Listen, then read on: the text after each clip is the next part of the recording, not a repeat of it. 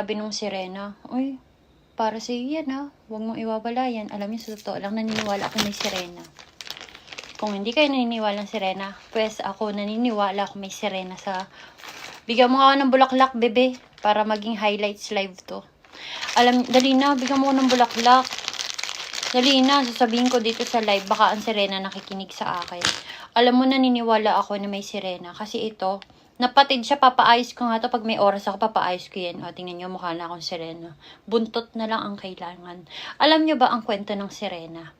Ang sirena, ang sabi ng sirena, hindi siya makalakad. Alam mo kung bakit? Kasi nga buntot siya. Gusto niyang mamasyal, hindi siya makapamasyal. Gusto niyang pumunta sa ibang lugar, hindi niya magawa. Pero ang tao, sa tingin mo, puro trabaho. Katulad ko. Hindi naman ako nag-iisa sa mundo. Katulad ko, puro trabaho ako. Ano bang gusto ko? Gusto kong pumunta sa Disneyland. Gusto ko